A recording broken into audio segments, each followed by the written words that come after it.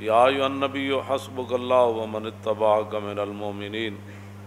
یہ سورہ انفال کی آیہ مبارکہ ہے جس کے اندر اللہ رب العالمین نے فرمایا، اے میرے محبوب، اللہ آپ کے لیے کافی ہے،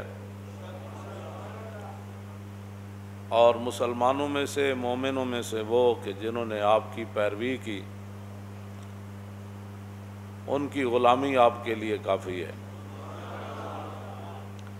مفسرین نے لکھا کہ یہ حضرت فاروق اعظم رضی اللہ تعالی عنہ کے ایمان لانے پر آیہ کریمہ نازل ہوئی۔ نبی علیہ السلام نے اللہ رب العالمین سے دعا مانگی، یا اللہ ایک عمر دے دے، اسلام کا کام ہو جائے گا۔ اللہم اعز الاسلام بعمر ابن الخطاب۔ قیامت تک کوئی بھونکتا رہے، کسی کے بھونکنے سے کیا ہوگا؟ قیامت تک کوئی پیشاب میں منہ مارتا رہے، اسے ہمیں کیا غرض ہے؟ کہ جب رسول اللہ نے اللہ سے دعا مانگی، یا اللہ عمر کے ذریعے اسلام کو عزت دے دے۔ ما فشاند نور وساگ آؤ آؤ کند، ہر کسے بر خلقت خود می دند۔ پوری دنیا اور زمین آسمان اور کائنات کا ہر ذرہ حضرت عمر کو جانتا ہے، ان کی غلامی کو بھی جانتا ہے، رسول اللہ کے ساتھ وفاداری کو بھی جانتا ہے، اور رسول اللہ کے دین کا جو انہوں نے کام کیا ساری دنیا جانتی ہے، پہاڑ بھی جانتے ہیں، اور جو حیوان ہیں وہ بھی جانتے ہیں۔ جب فاروق اعظم رضی اللہ تعالیٰ عنہ کو لولو نے دو دھاری خنجر جو ہے زہر سے بجھا ہوا زہر آلود حضرت عمر پر دوران نماز، آپ نے اللہ اکبر فرمایا یا نہیں؟ صحابہ اس بارے میں واضح طور پر یہ بات ارشاد نہ فرما سکے کہ حضرت عمر نے اللہ اکبر فرمائی یا ابھی ہاتھ ہی اٹھائے تھے تو اس نے آپ پر حملہ کر دیا دوران نماز، تو آپ کا جسم مبارک جو ہے وہ کٹ گیا اور آپ مصلی رسول کے ساتھ ہی گر پڑے۔ تو بعد میں صحابہ پھر ایک حکیم کے پاس گئے، آپ کے علاج کے لیے دور دراز اسے لینے کے لیے گئے کہ بھئی آپ آئیں حضرت عمر کا علاج کریں۔ جب وہ حکیم صاحب صحابہ کے ساتھ آ رہے تھے تو راستے میں کہنے لگے میں واپس جا رہا ہوں، حضرت عمر کا تو وصال ہو گیا ہے۔ وہ کہنے لگے آپ کو کیسے پتہ؟ آپ نے فرمایا یہ جو بکری ہے نا دیکھ رہے ہیں، یہ جو فصل کھا رہی ہے یہ اس مالک کی نہیں ہے، یہ کسی اور کی بکری ہے جو غیر کا فصل کھا رہی ہے، اور جب تک حضرت عمر زندہ تھے تو بکریاں بھی غیر کا فصل نہیں کھایا کرتی۔ یہ اس بات کی دلیل ہے کہ حضرت عمر دنیا سے تشریف لے گئے۔ تو جو لوگ بے نماز ہیں، اور بے نماز بھی اس طرح ہیں کہ وہ جماعت کو کوئی اہمیت نہیں دیتے، کوئی شرعی مجبوری ہو تو وہ تو ہے، میں سب کے ساتھ یہ میں خطاب کر رہا ہوں، پوری امت کے ساتھ، کہ فاروق اعظم رضی اللہ تعالیٰ عنہ شدید زخمی ہو کر گر پڑے، اور لولو کو پکڑتے ہوئے مجوسی کو، اور بھی صحابہ شہید ہو گئے۔ پھر ایک صحابی نے اس کے اوپر کمبل ڈالا، اس نے پھر اپنی گردن کاٹ دی تاکہ یہ راز راز ہی رہے کہ حضرت عمر کے شہادت کے لیے کہاں سے سازش چلی۔ تو بات جو میں کرنے لگا ہوں بہت بڑی بات ہے، اگر کسی کو سمجھ آ جائے کہ فاروق اعظم رضی اللہ تعالیٰ عنہ کو اگر بر وقت صحابہ اٹھا کر گھر لاتے، بر وقت علاج معالجہ ہوتا،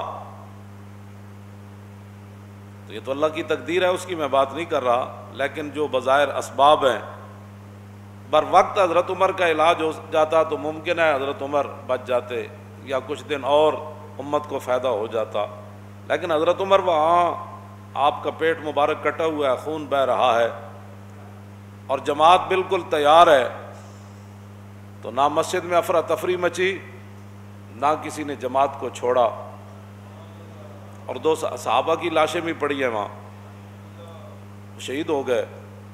لیکن حضرت عمر نے عبد الرحمن بن عوف صحابی رسول کو فرمایا کہ آپ کھڑے ہو جائیں، مجھے یہیں زخمی رہنے دیں، آپ نماز باجماعت پڑھائیں۔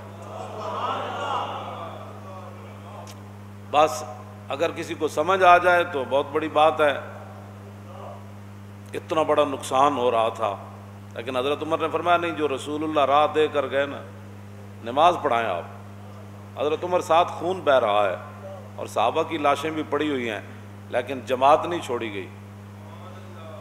اور آج مسلمان ہر چیز چھوڑ کر جو ہے وہ چاہتے ہیں کہ مسلمانوں کو عزت ملے، ایسے نہیں ہوگا، ایسے نہیں ہوگا۔ انہی راستوں پر چلیں گے تو عزت بنے گی۔ باطل نظریات اور باطل فلسفوں پر اسلام کی عمارت کبھی بھی تعمیر نہیں ہوگی، چاہے وہ سارا پاکستانی یونیورسٹیاں بن جائے اور ساری تسبیح لے کر بیٹھ جائیں، ایسے کبھی بھی نہیں ہوگا۔ راستے وہی ہیں جن پر صحابہ چلے، مستند راستے وہی مانے گئے جن سے ہو کر تیرے دیوانے، بس۔ اور لوٹ آئے جتنے فرزانے گئے اور تاب منزل صرف دیوانے گئے۔ مستند راستے وہی مانے گئے۔ کوئی لاکھوں قیامت تک بڑبڑ کرتا رہے اور لاکھوں نئے نئے نظریات نکالتا رہے، نظریات وہی ہیں، راستے وہی ہیں جن پر صحابہ چلے اور چل کر پوری دنیا کو بتایا کہ کی محمد سے وفاتوں نے تو ہم تیرے ہیں، یہ جہاں چیز ہے کیا لوح و قلم تیرے ہیں۔ اب تو مسجدوں میں جمعہ پڑھنے کے لیے بھی لوگوں کو پریشانی ہوتی ہے کہ مسجد وزیر خان میں لبیک والے جمعہ پڑھنے نہ جائیں۔ گلائے جفائے وفا نما حرم کو جو اہل حرم سے ہے، کسی بت کدے میں بیان کروں تو صنم بھی کہہ دے ہری ہری۔ اور میں کیا جڑے پہلے تمبو تھے لگتے سن وہ بھی نہیں، آرڈر ہویا بھی یہ تمبو بھی نہیں لانے، کیونکہ مسلمانوں نے یہاں آج اپنا شوکت اسلام کا اظہار کرنا ہے۔ ہاں جی، اقبال کہندا شکوہ عید کا منکر نہیں ہوں میں، مگر قبول ہے فقط مرد حر کی تکبیریں۔ اقبال کہندا میں عید اجتماع دا میں منکر نہیں، لیکن اللہ اکبر بھی جنیاں دی قبول ہوندی۔ ہاں جی، جڑا اقبال مڑ مڑ کہندا اے حلقہ درویشاں او وہ مرد خدا کیسا، او حلقہ درویشاں او وہ مرد خدا کیسا، او جس کے گریباں میں ہنگامہ رستا خیز، جو ذکر کی گرمی سے شمع کی طرح روشن۔ اقبال کلندر لاہوری ایویں نہیں گل کیتی۔ دسو یہ ٹرمپ نو بھی اگر گل پتہ لگے نا کہ مسلمان جمعہ پڑھن جا رہے سن تے سرکاری سطح تے جڑے تمبو لگتے سن وہ بھی روک دیتے گئے، تے ٹرمپ کہے گا اسی بھی اسلام دے اتنے دشمن کوئی نہ، اسی تو اپنے چرچ دیتے نمازاں پڑھن واسطے اور تسی اپنی مسجداں میں نمازاں پڑھن تو روک دیو۔ اوتھے کوئی جناب کوئی ہنگامے تے نہیں سن ہو رہا ہے، نہ کوئی تے بات ہو رہی سی۔ دسو تسی شاعر دا میں جڑا شعر پڑھیا نا او دا معنی اے وے کہ جو کچھ مسلمان اسلام نال کر رہے ہیں نا، میں کسی بت کدے وچ جا کے کہاں کہ وزیر خان مسجد وچ لوگوں نو سہولت نماز واسطے نہیں دیتی گئی اور لوگوں نو پکھے نہیں لا کے دیتے گئے، دریاں مسلے نہیں بچھائے گئے، تمبو نہیں لایا گیا، اس گرمی وچ پانی دا کوئی انتظام نہیں کیتا گیا، تے شاعر کہندا جے میں کسی بت کدے وچ جا کے بیان کراں نا کہ کلمہ پڑھن والے جمعے والے دن اے حال کیتا ہے، تے پھر بت بھی کہہ دے واہ واہ بھائی کیا بات ہے تھوڑی، واہ واہ بھائی مینوں منن والے تے میرے بڑا کچھ کردے تے تسی وحدہ لا شریک نو من کے اے کر دیو۔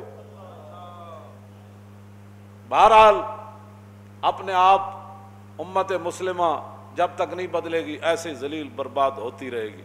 راستے وہی ہیں جن پر حضور کے غلام چلے۔